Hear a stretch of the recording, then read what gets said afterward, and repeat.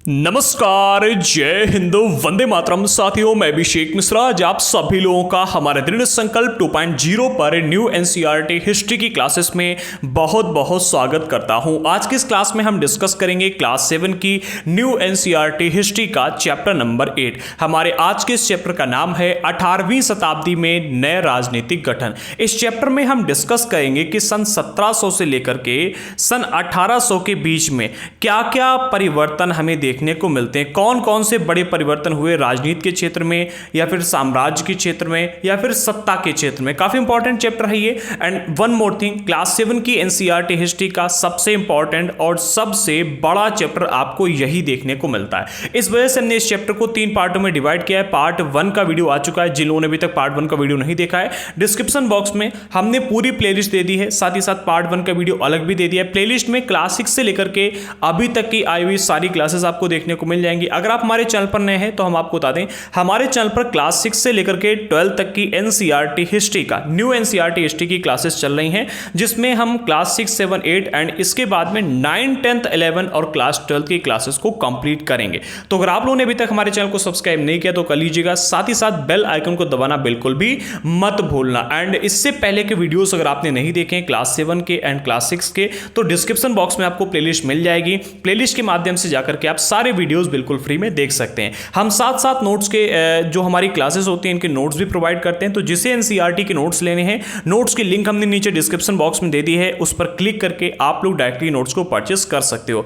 Otherwise हमने हमारा WhatsApp number भी दिया है, जिस पर मैसेज करके आप हमसे एनसीईआरटी के नोट्स ले सकते हो, बट याद रखना नोट्स के लिए आपको पेमेंट करना होगा। अब चलिए आगे बढ़ते हैं। तो इस चैप्टर का पार्ट 1 आ चुका है, पार्ट 1 की वीडियो आपको डिस्क्रिप्शन बॉक्स में मिल जाएगी। हम सबसे पहले पार्ट 1 को डिस्कस करेंगे एंड उसके बाद में आगे बढ़ेंगे और पूरे चैप्टर को डिस्कस करेंगे। ठीक है, पार्ट 1 को एक बार रिवाइज कर लेते हैं, क्योंकि काफी सारे ऐसे भी लोग होते हैं जिन्होंने पार्ट 1 को नहीं देखा होगा। तो पार्ट 1 में हमने यहां पर सबसे पहले देखा कि अगर हम सन 1700 से लेकर के 1800 के बीच में देखते हैं तो 3 महत्वपूर्ण घटनाएं घटित होती हैं। सबसे पहली घटना जो घटित हुई वो ये हुई कि कई सारे स्वतंत्र राज्यों का उदय हुआ और इसके बाद में मुगल साम्राज्य की सीमाएं बदली, अर्थात जितने इलाके में मुगल साम्राज्य फैला हुआ था उसी इलाके के अंदर से कई सारे नए नए राज्य खड़े हुए। स्वतंत्र राज्य मतलब राज्य स्वतंत्र होकर खड़े हुए, जैसे कि आपको अवध देखने को मिलता है, आपको बंगाल देखने को मिलता है, आपको हैदराबाद देखने को मिलता है। तो ये स्वतंत्र राज्य के रूप में निकले। दूसरी जो घटना हमें देखने को मिलती है वो ये है कि ब्रिटिश सत्ता ने पूर्वी भारत के एक बहुत बड़े हिस्से को सफलतापूर्वक हड़प लिया था। एंड जो तीसरी हमें सबसे बड़ी मतलब परिवर्तन देखने को मिलता है वो ये है कि भारत की राजनीतिक परिस्थितियां बदलने लगी थी। अच्छा, राजनीति में जो परिवर्तन आया ये सबसे बड़ा परिवर्तन था, इसे हम आगे चल करके डिस्कस करेंगे। तो हमने पार्ट 1 में डिस्कस कर लिया था कि किस प्रकार से मुगल साम्राज्य परवर्ती मुगलों के लिए संकट की स्थिति, अर्थात किस प्रकार से मुगल साम्राज्य के सामने संकट की स्थिति उत्पन्न हुई। मुगल साम्राज्य के अंदर से जो स्वतंत्र राज्य खड़े हुए उसके पीछे का कारण क्या था, मुगल साम्राज्य का विनाश आखिरकार कैसे हुआ। ठीक है, इसके पीछे के हमने रीजंस को यहां पर डिस्कस किया था। हमने डिस्कस किया था कि भाई इनका जो सैन्य और वित्तीय संसाधन था ये बहुत कम हो गया था।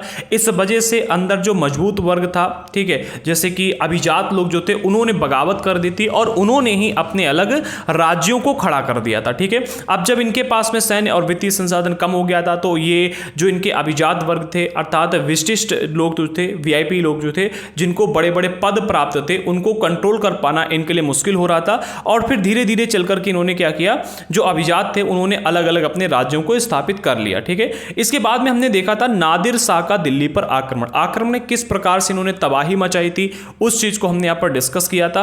एंड आक्रमण के ऊपर एक वृतांत भी लिखा गया था, इस वृतांत को भी हमने यहां पर डिस्कस किया। ठीक है, इसके बाद में हमने देखा था नए राज्यों का उदय किस प्रकार से हुआ। जो नए राज्यों का उदय हुआ उनमें आपको अवध देखने को मिलता है, बंगाल देखने को मिलता है, हैदराबाद देखने को मिलता है। ठीक है, तो आज के इस क्लास में हम इन तीनों को डिस्कस करेंगे, किस प्रकार से इन तीनों राज्यों का उदय हुआ, किसने उदय किया, फिर इन्होंने किन किन चीजों को वहां पर चेंजमेंट किया।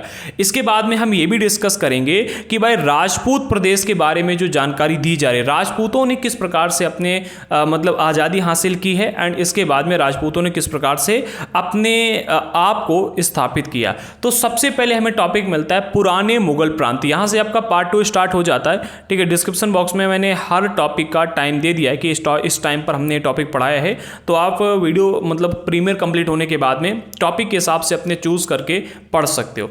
तो हम सबसे पहले डिस्कस कर रहे हैं पुराने मुगल प्रांत। यहाँ पर थोड़ी सी समरी दी गई है, इसको देख लेते हैं फिर आगे बढ़ते हैं। तो कहा जा रहा है यहाँ पर कि पुराने मुगल प्रांतों से जिन उत्तराधिकारियों पुराने मुगल प्रांतों से जिन उत्तराधिकारी राज्यों का उद्भव हुआ, उनमें से 3 राज्य प्रमुख आपको देखने को मिलते हैं। कहने का अर्थ ये है कि भाई मान लेते हैं कि इतना बड़ा हमारा मुगल राज्य था, या फिर कहें कि मुगल प्रांत था ही पूरा पूरा, ठीक है।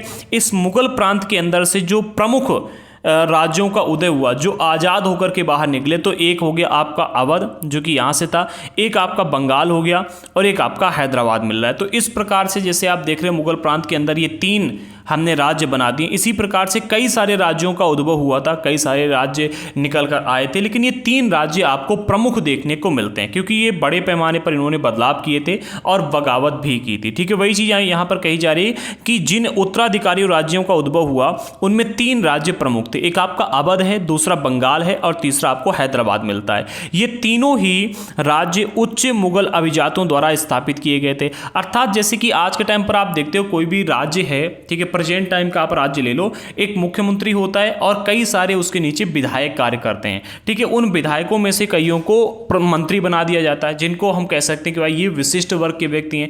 इन्हीं को प्राचीन मध्यकाल में जो मुगल साम्राज्य था, यहाँ पर किसका दर्जा दिया गया था? अभिजातों का दर्जा दिया गया था। अब मान लो कि कोई मंत्री क्या करे कि पूरे के पूरे राज्य के साथ में बगावत कर दे और जिस इलाके में वो अपना कार्यभार संभाल रहा था उस इलाके को एक नया राज्य का दर्जा दे दे, तो ये बड़ी बात होगी कि नहीं होगी? इसी तरह से यहाँ पर जो अभिजात काम कर रहे थे, इन अभिजातों ने इन 3 राज्यों का उद्भव किया, इन 3 राज्यों को स्थापित कर दिया। इन 3 राज्यों के जो संस्थापक थे, अवध के संस्थापक आपको देखने को मिलते हैं सआदत खान। इसके बाद में बंगाल के संस्थापक आपको देखने को मिलते हैं मुर्शिद कुली खान और हैदराबाद के संस्थापक आपको देखने को मिलते हैं आसफ जाह, ठीक है।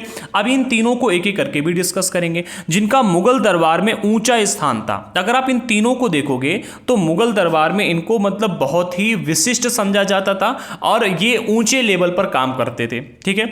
आगे बढ़ते हैं। मुगल बादशाहों को उन पर भरोसा और विश्वास भी था। जितने भी मुगल बादशाह थे जिनके अंडर इन्होंने काम किया, इनके ऊपर खूब भरोसा करते थे। जैसे कि प्रेजेंट टाइम में आप मान लो कि बीजेपी में जो योगी जी हैं, मोदी जी के बाद में अमित शाह और अमित शाह के बाद में योगी जी जो आज के टाइम पर है, इनका चेहरा एक बहुत बड़े पैमाने पर उभर रहा है, ठीक है। इनको बीजेपी की सत्ता भी बड़े पैमाने पर दी जा रही है। अब मान लो कि ये बीजेपी से हटकर अपनी एक अलग पार्टी खड़ी कर दें तो कर सकते हैं क्योंकि इनके पास में सारे के सारे गट्स हैं। उसी प्रकार से यहां पर भी इन तीनों लोगों ने भी किया। क्या किया? इनके ऊपर मुगल बादशाह खूब भरोसा करते थे, लेकिन इन्होंने उस भरोसा को तोड़ करके अपने राज्यों को स्थापित कर लिया। कैसे?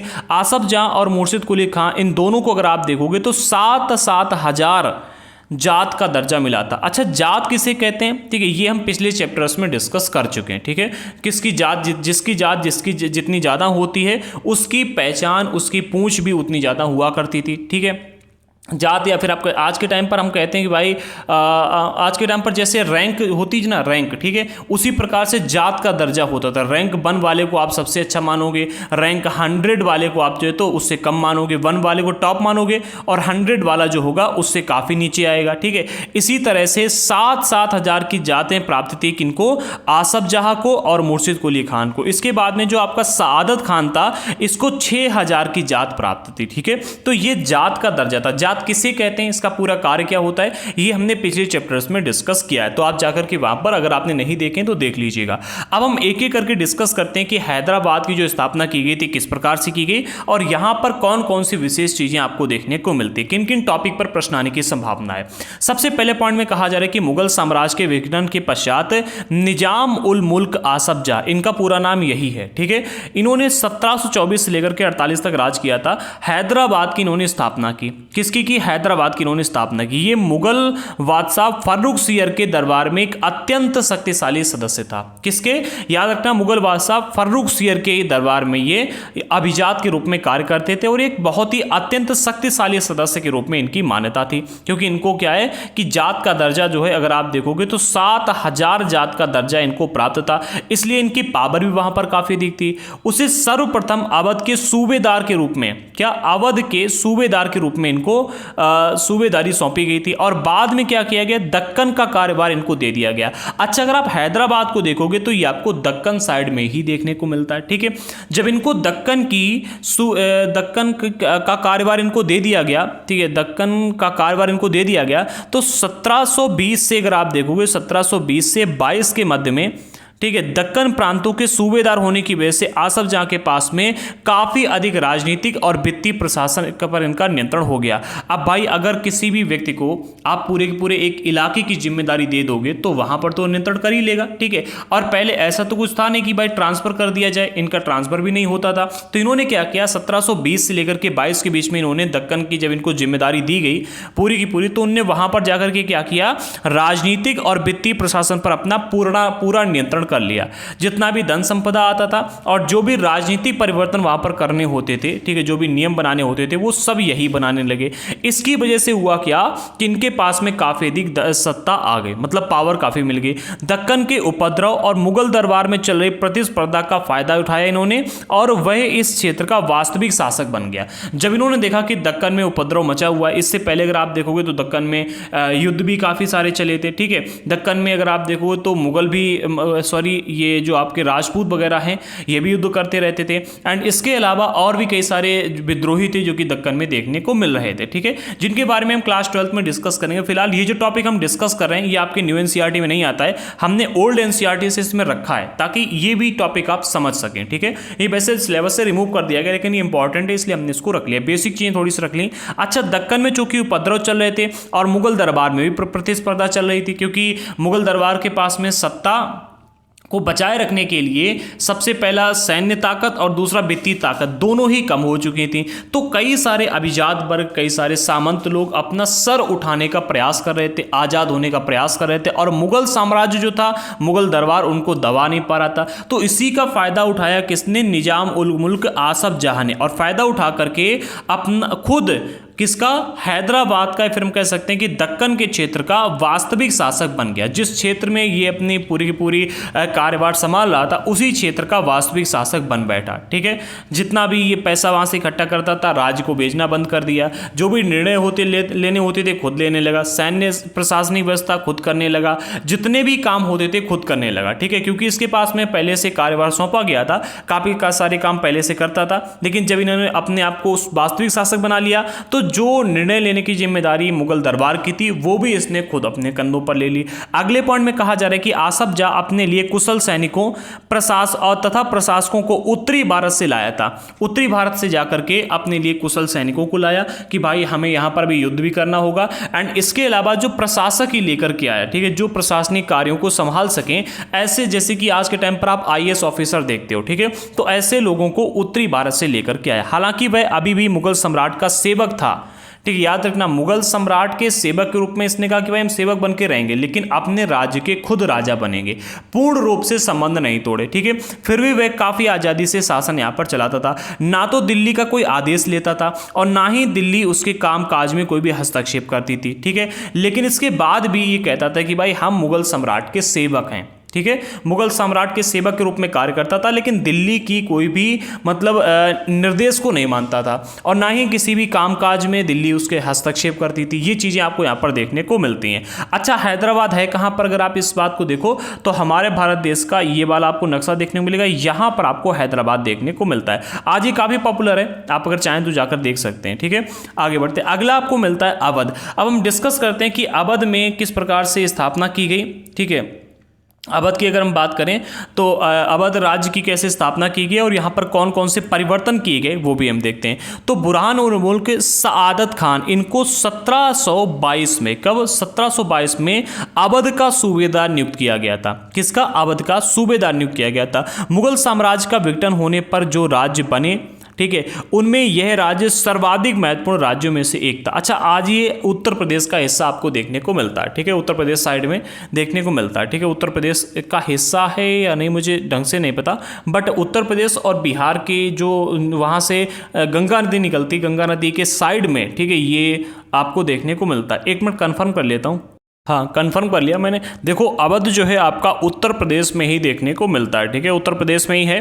तो 1722 में अवध का सूबेदार था ये। इसके बाद में जब मुगल साम्राज्य का विघटन होने लगा, ठीक है, जब मुगल साम्राज्य का पतन होने लगा, तो उसी टाइम पर इन्होंने क्या किया, खुद अवध के राजा बन करके बैठ गए, ठीक है। ये राज्य सर्वाधिक महत्वपूर्ण राज्यों में से एक था। अवध एक समृद्धशाली प्रदेश था। अच्छा, समृद्धशाली क्यों था? क्योंकि गंगा नदी का उपजाऊ मैदान यहाँ से आपको देखने को मिलता है, ठीक है। यहाँ पर गंगा नदी का उपजाऊ मैदान था, क्योंकि गंगा नदी यहीं से निकलती थी, तो गंगा नदी के उपजाऊ मैदान में ये पूरा का पूरा फैला हुआ था। और उत्तरी भारत तथा बंगाल के बीच व्यापार का मुख्य मार्ग उसी में से होकर गुजरता था। क्या कहा जा रहा है? उत्तरी भारत तथा बंगाल के बीच में, ठीक है, उत्तरी भारत तथा बंगाल के बीच व्यापार का जो मुख्य मार्ग था, यहीं से सारे व्यक्ति जाते थे व्यापार करने के लिए। तो ये राज्य काफी, मतलब ये जगह थी काफी अधिक शक्तिशाली बन गई थी व्यापारिक दृष्टि से। एंड इसके अलावा यहाँ पर कई सारे व्यापारी भी आते थे, खेती वगैरह भी होती थी। तो ये एक समृद्धशाली प्रदेश के रूप में उभर कर सामने आया। बुरहानुल मुल्क ने भी अवध की सूबेदारी, दीवानी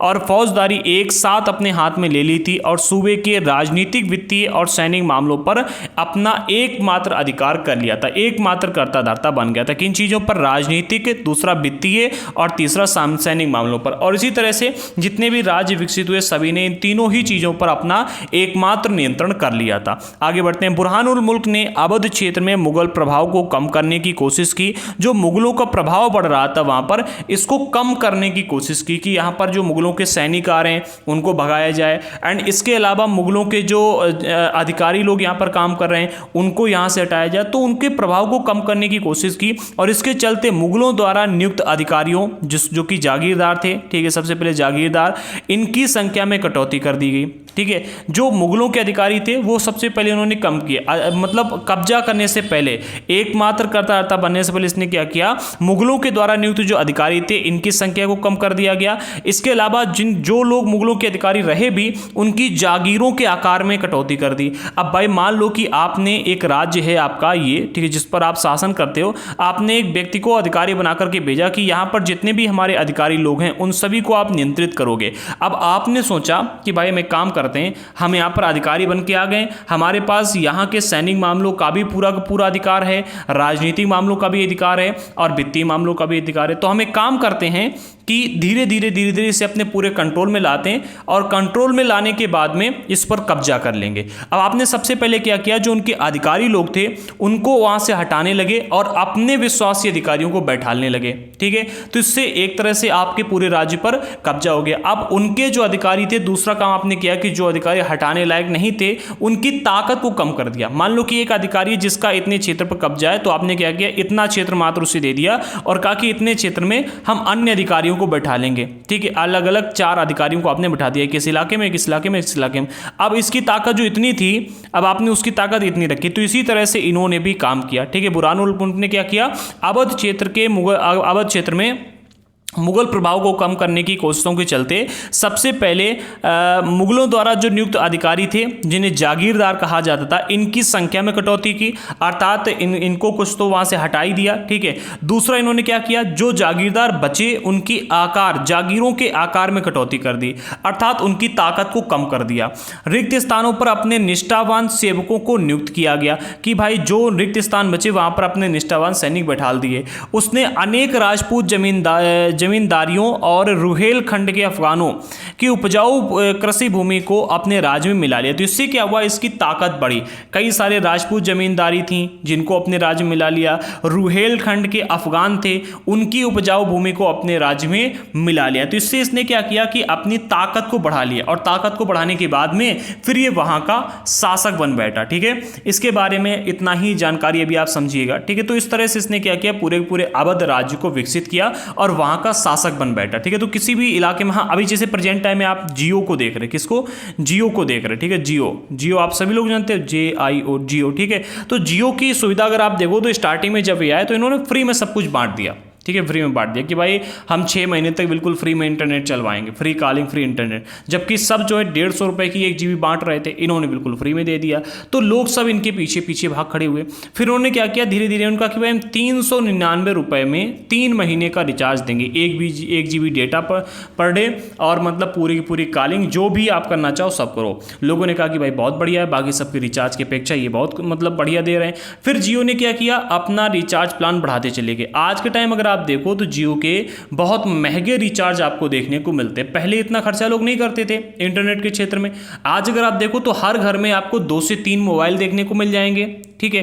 एंड इसके अलावा आपको हर मोबाइल में रिचार्ज 1.5 GB से कम का देखने को नहीं मिलेगा। अधिकतर लोग 2 GB का रिचार्ज कराते हैं, ठीक है। तो ये खर्चा बढ़ा दिया इन्होंने। यहाँ पर क्या किया अवध वाले ने, ठीक है, अवध के शासक ने क्या किया, सबसे पहले अपनी ताकत को बढ़ाया, ठीक है, अपने निष्ठावान सेवकों को बैठाल दिया और फिर अपने राज्य को स्थापित कर दिया, ठीक है। तो ये चीजें आपको देखने को मिलती हैं। अब हम बंगाल की बात कर लेते हैं, ठीक है। बंगाल में किस प्रकार से इन्होंने अपनी सत्ता को कायम किया। तो मुगल साम्राज्य के विघटन के पश्चात मुर्शिद कुली खान के नेतृत्व में बंगाल धीरे धीरे मुगल नियंत्रण से अलग हो गया। किसके नेतृत्व में, मुर्शिद कुली खान। तो इन्होंने ही बंगाल राज्य की स्थापना की थी, ठीक है। समझो, देखो बंगाल तो हमेशा से एक राज्य था, बट मुर्शिद कुली खान के नेतृत्व में मुगल साम्राज्य से अलग होकर के एक नया राज्य बना था, ठीक है। ये बात आप याद रखना, बंगाल के नवाब यही थे। तो मुर्शिद कुली खान बंगाल के नवाब थे, ठीक है। ये अपने आप को नायब कहलाते थे, ठीक है। जब मतलब इन्होंने अपने अलग राज्य को स्थापित नहीं किया था तब ये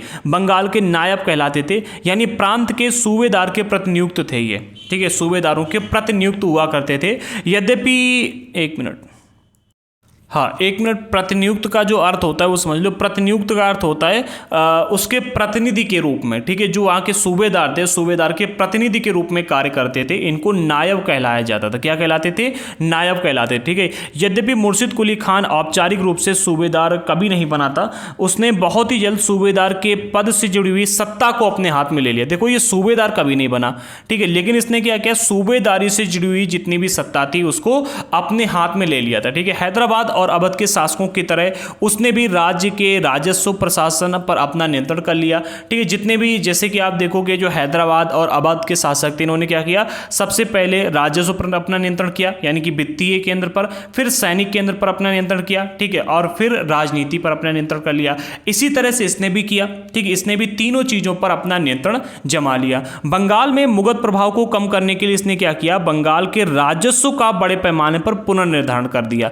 सबने अलग अलग रणनीति अपनाई। अगर आप हैदराबाद को देखोगे तो हैदराबाद में हमने देखा था कि हैदराबाद में इसने मुगल प्रभाव को कम करने के लिए क्या किया, इसने पहले तो क्या किया कि वित्तीय प्रशासन पर अपना पूरा नियंत्रण कर लिया। उसके बाद में जो अपने सैनिक और प्रशासक लाया वो उत्तरी भारत से लेकर के आया, ठीक है, और इसने वहां पर जो तो प्रशासन की पूरी गतिविधि ही बदल दी। अच्छा, इसको हम एक साथ में डिस्कस करेंगे आगे चल करके तीनों ने किस प्रकार से अपनी विधियों को अपनाया, ठीक है। अब अवध को देखोगे तो अवध में इन्होंने क्या किया, मुगल प्रभाव को कम करने के लिए सबसे पहले जो जागीरदारें थीं इनकी संख्या को कम कर दिया, मुगलों द्वारा नियुक्त अधिकारियों की संख्या को कम कर दिया, और फिर इनकी जागीरों की कटौती कर दी, मतलब इनकी ताकत को कम कर दिया गया, और अपने निष्ठावान सैनिकों को बैठाया, ठीक है। अगर हम बात करें बंगाल की तो बंगाल में क्या किया गया, बंगाल में राजस्व का बड़े पैमाने पर पुनर्निर्धारण कर दिया गया, ठीक है, यानी कि राजस्व को पुनः तय किया गया कि भाई अब इतना नहीं इतना रहेगा, इतना नहीं यहां से हमें इतने % चाहिए, ठीक है।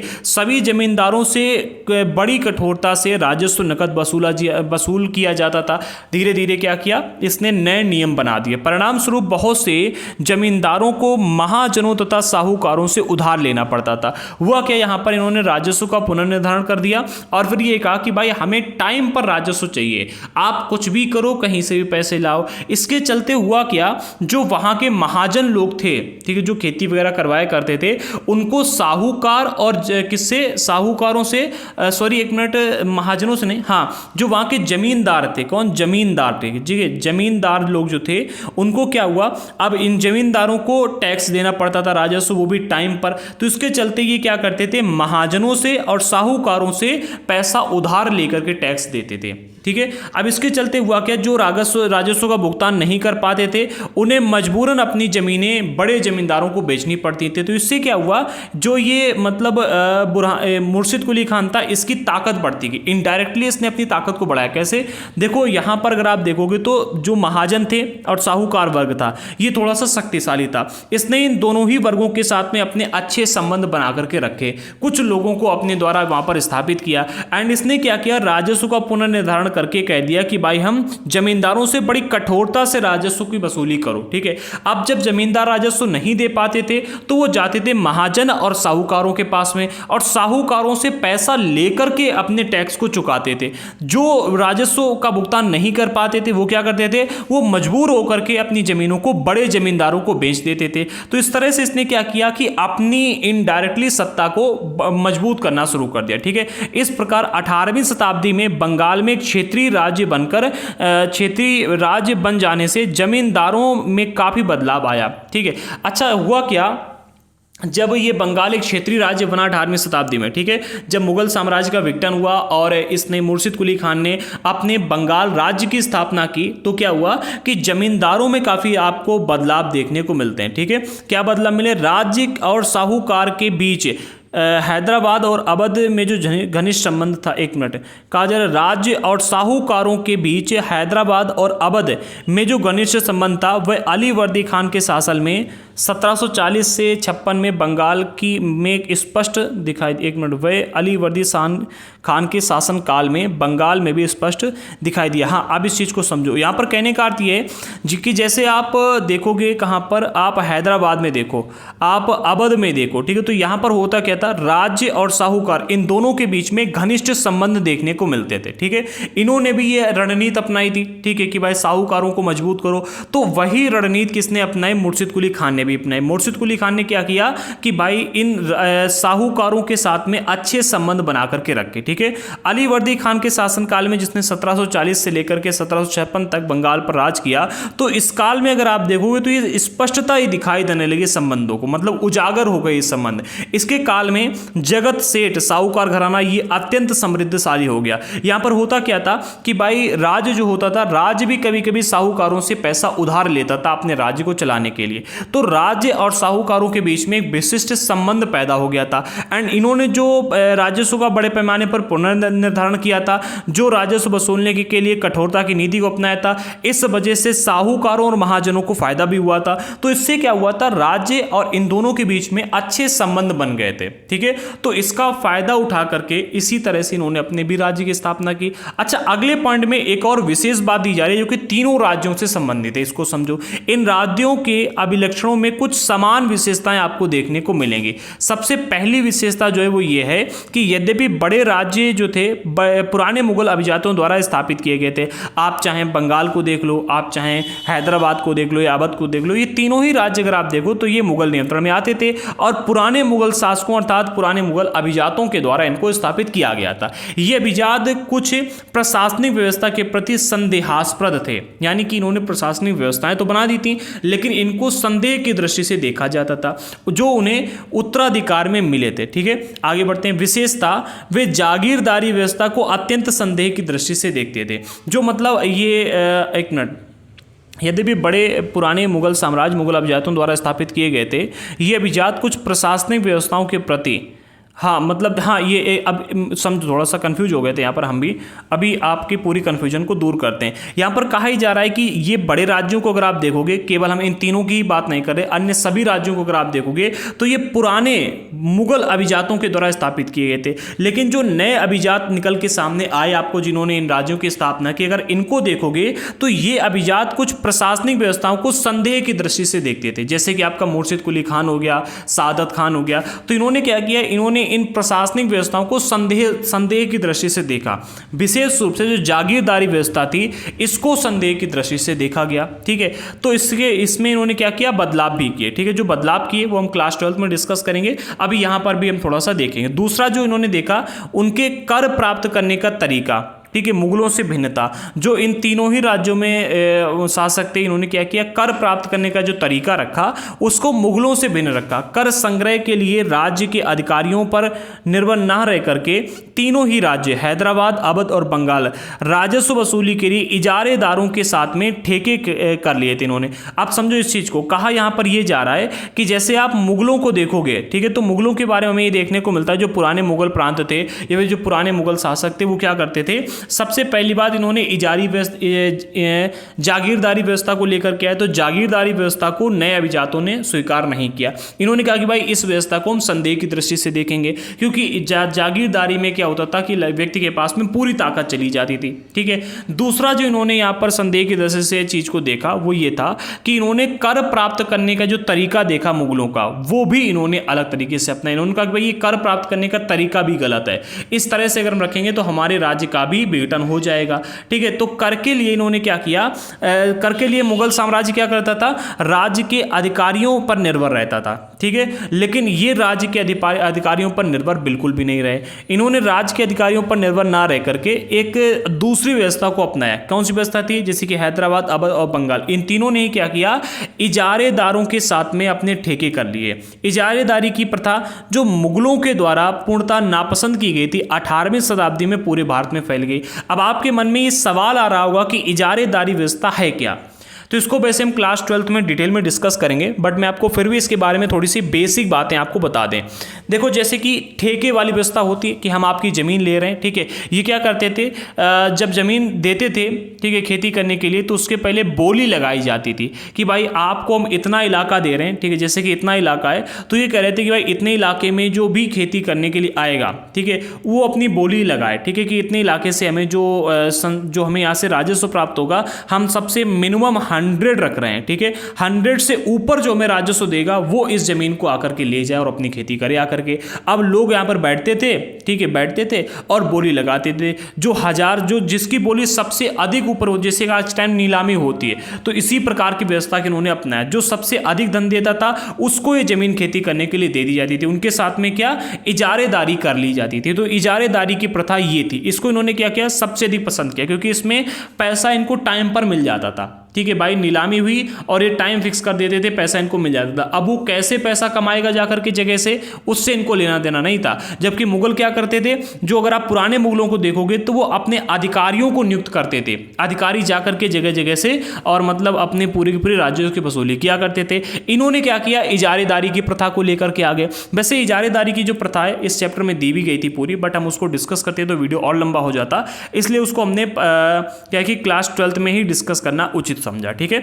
अब हम बात करते हैं राजपूतों की। भाई राजपूतों ने भी तो अपने राज्यों को स्थापित किया था, राजपूतों के बारे में भी तो समझना जरूरी है। तो कई राजपूत शासकों ने मुगलों का अधिराजत्व स्वीकार किया, लेकिन कई सारे, जैसे कि मेवाड़ के राजपूत थे, तो लेकिन मेवाड़ एकमात्र ऐसा राजपूत राज्य आपको देखने को मिलता है जिसने मुगल सत्ता को चुनौती दी थी। महाराणा प्रताप के बारे में आप देखो, 1572 में, कब, 1572 में आपको उदयपुर तथा मेवाड़ जैसे बड़े क्षेत्र पर नियंत्रण के साथ, एक मिनट, महाराणा प्रताप 1572 में उदयपुर तथा मेवाड़ के बड़े क्षेत्र पर नियंत्रण के साथ मेवाड़ की राजगद्दी पर आसीन हुए थे, ठीक है। हाँ, अब इस चीज़ को थोड़ा समझो, थोड़ा सा हम डिटेल में जाते हैं। जैसे कि हम अगर देखें मुगलों के इतिहास को, तो मुगलों ने कई सारे राजपूत शासकों को अपने अधीन कर लिया था। कई सारे राजपूत शासकों के राज्यों को जीत लिया था और उनको पुनः राज्य करने की अनुमति दे दी थी। कई सारे जो राजपूत शासक थे उनको अपने अंडर काम करने के लिए रखा था। कई सारे लोगों को क्या है कि पद वगैरह दिए थे कि भाई आप हमारे राज्य के साथ मिलकर के काम करो।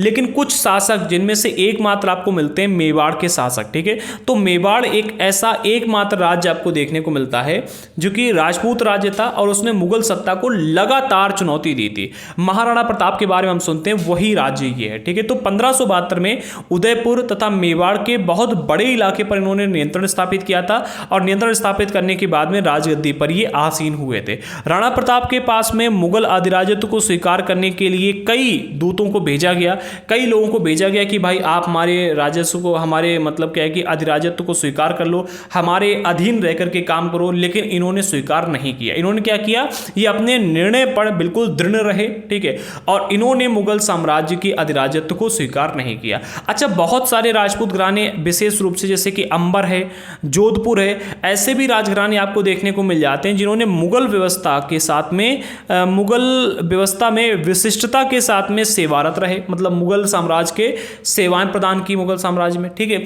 और बदले में उन्हें अपनी वतन जागीरों पर पर्याप्त स्वायत्ता का आनंद लेने की अनुमति भी दी गई, ठीक है, मतलब मुगलों के अधीन रहकर के इन्होंने काम किया, लेकिन मुगलों ने कहा कि भाई आप जैसे चाहो अपने राज्य में पर्याप्त स्वायत्ता के साथ में आनंद ले सकते हो, ठीक है, जो चाहो नियम बना सकते हो, लेकिन आपको हमारे अधीन रह करके रहना होगा। तो बहुत सारे जैसे कि अंबर है, जोधपुर है, ऐसे राजघरानों ने इस चीज को स्वीकार भी किया। अब 18वीं शताब्दी में इन शासकों ने अपने आसपास के इलाकों पर अपने नियंत्रण का विस्तार करने के लिए अपने हाथ पांव मारने शुरू कर दिए। अगर हम 18वीं शताब्दी की बात करें तो 18वीं शताब्दी में देखो अंग्रेज भी आ चुके थे, मुगलों की भी ताकत कम हो चुकी थी, और मुगलों के राज्य को मुगलों के द्वारा ही चुनौती भी दी जाने लगी थी। जैसे कि अगर हम देखें तो उन्हीं के जो अभिजात वर्ग थे उन्होंने 3 राज्यों की स्थापना की। अभी हमने देखा एक अवध हो गया, एक बंगाल है, एक आपको देखने को मिलता है हैदराबाद, तो इन्होंने स्थापना की। इसी तरह से अगर आप देखो तो मुगलों की ताकत जब कम होने लगी तो इन राजपूत शासकों ने क्या किया, अपनी क्या है कि स्वतंत्रता के लिए, अपने राज्य के खुद शासक बनने के लिए, किसी के अधीन ना रहने के लिए अपने हाथ पांव मारने शुरू कर दिए। 18वीं सदी की ही बात है ये। 18वीं सदी के काल से बहुत सारे प्रश्न आते हैं क्योंकि ये जो टाइम पीरियड रहा है बदलाव का टाइम पीरियड रहा है, इस समय बहुत सारे बदलाव आए, ठीक है। तो इन्होंने क्या किया, अपने हाथ पांव मारने शुरू कर दिए। जोधपुर के राजा अजीत सिंह, इन्होंने भी मुगल दरबार की गुटी रणनीति में अपने पैर फांस दिए। जैसे कि मतलब सभी लोग अपनी रणनीति चल रहे थे कि भाई हमने अपना अलग राज्य स्थापित कर लिया, हमने कर लिया, तो इन्होंने भी गुटी रणनीति में अपने हाथ पांव फांस दिए, ठीक है। इसके बाद में अगला पॉइंट देखने को मिलता है कि इन प्रभावशाली राजपूत घरानों ने गुजरात और मालवा के लाभदायक सूबों की साझेदारी का दावा किया, ठीक है। अगर आप राजपूत घरानों को देखोगे जैसे कि अंबर है, जोधपुर है, तो ऐसे 2-3 राजपूत घरानों ने मिलकर के गुजरात और मालवा के लाभदायक सूबों की साझेदारी का दावा किया। उन्होंने कहा हम साझेदारी में बैठ करके यहाँ पर मतलब अपने साम्राज्य को स्थापित करते हैं और यहाँ की सूबेदारी को मिल बांट करके पूरी तरीके से चलाएंगे, ठीक है।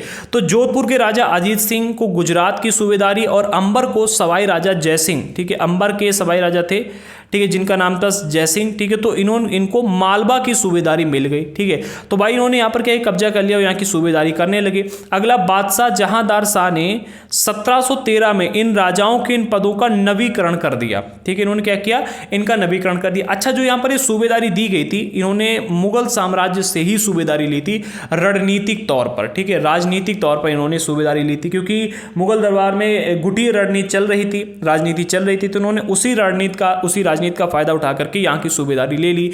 उन्होंने अपने वतनों के पास पड़ोस जो इलाके थे कि शाही इलाकों के कुछ हिस्सों पर कब्जा कर लिया। यानी कि जैसे कि अगर आप गुजरात देखोगे, मालवा देखोगे, तो यहाँ या फिर हम अंबर और जोधपुर की बात करें, ठीक है, तो अंबर और जोधपुर के जो आसपास के शाही इलाके थे, मुगल साम्राज्य के इलाके थे, वहां पर इन्होंने कब्जा करना शुरू कर दिया, धीरे धीरे अपने पैर को फैलाया, ठीक है। जोधपुर घराने ने नागौर को जीत लिया और अपने राज्य में मिला लिया। दूसरी ओर अंबर भी बूंदी के बड़े बड़े हिस्सों पर अपना कब्जा कर लिया इन्होंने। तो इस तरह से इन्होंने क्या किया, धीरे धीरे अपने साम्राज्य का विस्तार करना 18वीं शताब्दी में शुरू किया, ठीक है। सवाई राजा जयसिंह ने जयपुर में अपनी नई राजधानी स्थापित की, उसे 1722 में आगरा की सूबेदारी दे दी गई, ठीक है। इन्होंने क्या किया, जो अगर आप जयपुर में देखोगे तो इन्होंने जयसिंह ने जयपुर को अपनी नई राजधानी को बनाया था, ठीक है। आज जयपुर तो मतलब काफ़ी पॉपुलर है, बट जयपुर को सवाई राजा जयसिंह ने क्या किया था, अपनी राजधानी बनाई थी, नई राजधानी बनाई थी। इसके बाद में 1722 तक आते आते आगरा की इनको सूबेदारी भी दे दी गई। राजा जयसिंह 12 साल के लिए, कितने 12 साल के लिए आगरा के सूबेदार रहे थे, याद रखना, और 5 से 6 साल के लिए मालवा के भी सूबेदार रहे थे, ठीक है। जो मालवा की इनको सूबेदारी दी गई थी, हमने यहाँ पर भी डिस्कस किया, ठीक है।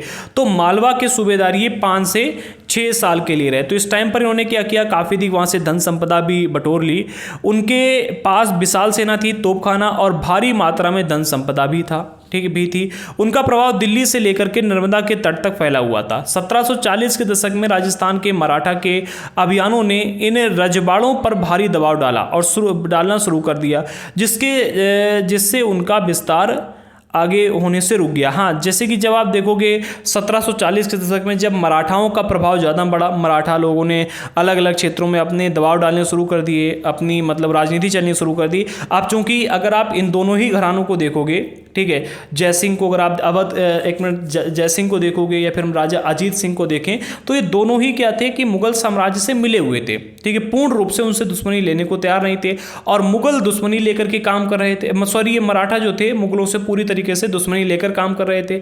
जो ये अगर आप चाहे जयसिंह को देखो और चाहे आप अजीत सिंह को देखो, दोनों लोग धीरे धीरे फायदा उठा रहे थे मुगल साम्राज्य का, ठीक है, और अपने साम्राज्य का विस्तार कर रहे थे। लेकिन जो ये मराठा थे ये पूर्ण शक्ति के साथ में आगे बढ़ने का प्रयास कर रहे थे।